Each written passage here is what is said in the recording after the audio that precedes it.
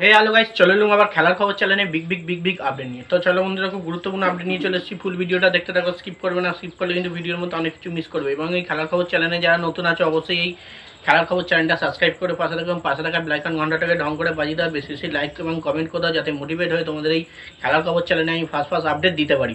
তো চলো বন্ধুরা, ফার্স্ট যে আপডেটটা নিয়ে কথা বলবো, খুবই কিন্তু গুরুত্বপূর্ণ আপডেট তোমাদের সঙ্গে শেয়ার করতে চলে এসেছি। তো প্রথমেই যে কথা বলবো মোহনবাগানের প্লেয়ার জেমি ম্যাকরালেনকে নিয়ে। তো জেমি ম্যাকরালেনকে নিয়ে দুর্দান্ত একটা আপডেট আছে। তো জেমি ম্যাকরালেন কিন্তু হঠাৎই মোহনবাগান শিবির ছেড়ে কিন্তু মুম্বাইয়ের দিকে রওনা দিয়েছে। তো এটা নিয়ে অনেকেরই অনেক প্রশ্ন আছে, হয়তো অনেকে আপডেট পেয়ে গেছো, আমি হয়তো একটু দেরিতে আপডেটটা দিচ্ছি। তো তাও বলছি তোমাদেরকে, জেমি ম্যাকরালেন মুম্বাই যাওয়া নিয়ে কিন্তু তোমাদের মোহনবাগান সমর্থকরা যারা যারা ভয়ে আছো, কোনো রকম ভয়ে থাকার কোনো কারণ নেই। তো তোমরা নিশ্চয়ই জানো জেমি ম্যাকরালেনের একটা কাঁধে চোট ছিল। সেই কাঁধে চোট থাকার কারণে কিন্তু তিনি মুম্বাই গেছেন এবং তার ফ্লাইটের একটা ফটো ছেড়েছেন তার ইনস্টাগ্রাম আইডিতে। এবং মুম্বাই যাওয়ার কারণ, সে কিন্তু মুম্বাই গিয়ে রিহ্যাব করতে গেছেন একটা জায়গায়, যেখানে গেছিলো কিন্তু আশিক ক্রুনিয়ান এবং সাহাল আব্দুল সামাদ তাদের চোটের পর। সেখানে কিন্তু গেছে জেমি ম্যাকরালেন যাতে খুব তাড়াতাড়ি তার চোটটা সুস্থ হয়ে উঠতে পারে এবং ডার্বির মধ্যে যেন সে ম্যাচে ডার্বি যাতে সে খেলতে পারে। তাই জন্যেই কিন্তু গতকাল কিন্তু তিনি মুম্বাই চলে গেছেন। এবং মুম্বাই হয়তো গতকাল কি তার আগের দিনই হয়তো চলে গেছেন, গিয়ে কিন্তু সেখানে রিহ্যাব শুরু করে দিয়েছেন এবং সেখানে সুস্থতার সব রকম জিনিস আছে, সব রকম জিনিস কিন্তু নিয়ে সে শুরু করে দিয়েছেন।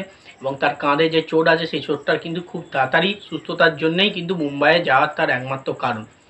তো তাহলে বন্ধুরা বুঝতেই পারলে, কোনো চিন্তা নেই তোমাদের জেমি ম্যাকরালেন মুম্বাই যাচ্ছে কেন।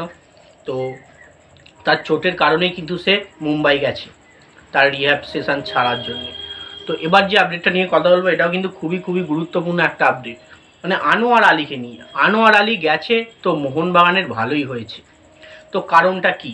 তো মোহনবাগান শিবিরে আনোয়ার আলী থাকা মানে মোহনবাগানে একরকম খারাপই হতো। তো গেছে ইস্ট বেঙ্গলে একরকম ভালোই হয়েছে। তো ব্যাপারটা হচ্ছে, আনোয়ার আলী কিন্তু মোহনবাগানে শুধু থাকলে আনোয়ার আলী শুধু থাকতো না। আনোয়ার আলী কিন্তু যে কজন মোহনবাগানে ভালো ভালো প্লেয়ার আছে তাদেরও কিন্তু প্রভাবিত করতো যে অন্য দলে যাওয়ার জন্য। যেমন বিশাল কাদ, অনিরুদ্ধ থাপা, সাহাল আব্দুল সামাদ, এদেরকে কিন্তু বলতো অন্য দলে নিয়ে আসার জন্য। এবার মোহনবাগান দলটাকে পুরোপুরি শেষ করে দিত।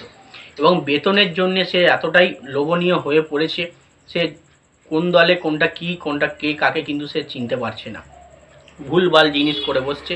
এবং রঞ্জিত বাজাজের হাত ধরেই কিন্তু মোহনবাগান শিবির ছেড়ে রঞ্জিত বাজাজ কিন্তু সঙ্গে করেই কিন্তু আনোয়ার আলীকে নিয়ে এলো ইস্টবেঙ্গলের শিবিরে, সেটা আমরা দেখেছি।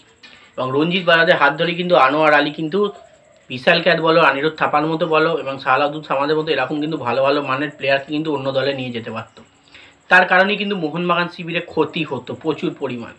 তো সেক্ষেত্রে কিন্তু বলা হচ্ছে আনোয়ার আলী গেছে, সব দিক থেকে ভালোই হয়েছে, মোহনবাগান শিবির ছেড়ে গেছে।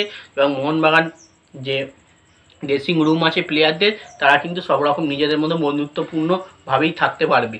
কারণ একটা প্লেয়ার যদি খারাপ হয়, সে যদি কোনো প্লেয়ারকে প্রভাবিত করতে চায়, তাহলে কিন্তু পুরো টিমটার মধ্যে কিন্তু চিন্তা ভাবনা এসে যাবে এবং দলটা পুরোপুরি একটা গঠন হতে কিন্তু ভুলভাল হয়ে যাবে। মানে খেলাটাই তাদের হবে না ভালোভাবে, মানে অন্য দলে গিয়ে খেলবো এরকম মনোভাব থাকলে কিন্তু যে দলের হয়ে খেলছে সে দলের হয়ে ভালো পারফরমেন্স দিতে পারবে না। তো সেক্ষেত্রে আনোয়ার আলী গেছে, সব দিক থেকেই ভালো হয়েছে মোহনবাগান শিবিরে। তো এবার যে আপডেটটা নিয়ে কথা বলবো, এটা কিন্তু খুবই গুরুত্বপূর্ণ আপডেট। বড় মন্তব্য করলো কিন্তু মোহনবাগান কোচ জোসে মলিনা। তো জোসে মলিনা কি বড় মন্তব্য করলো? তো একটু ডার্বি নিয়েই মন্তব্য করলো। বললো ডার্বি নিয়ে আমি কিন্তু খুব একটা যে জানি না তা নয়, জানি।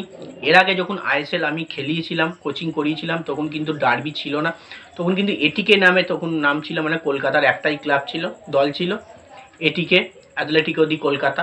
তো সেক্ষেত্রে এবার আমি ডার্বি খেলানোর পাচ্ছি, মানে সুযোগ পাচ্ছি এবং মোহনবাগানের হয়ে কোচিং করছি।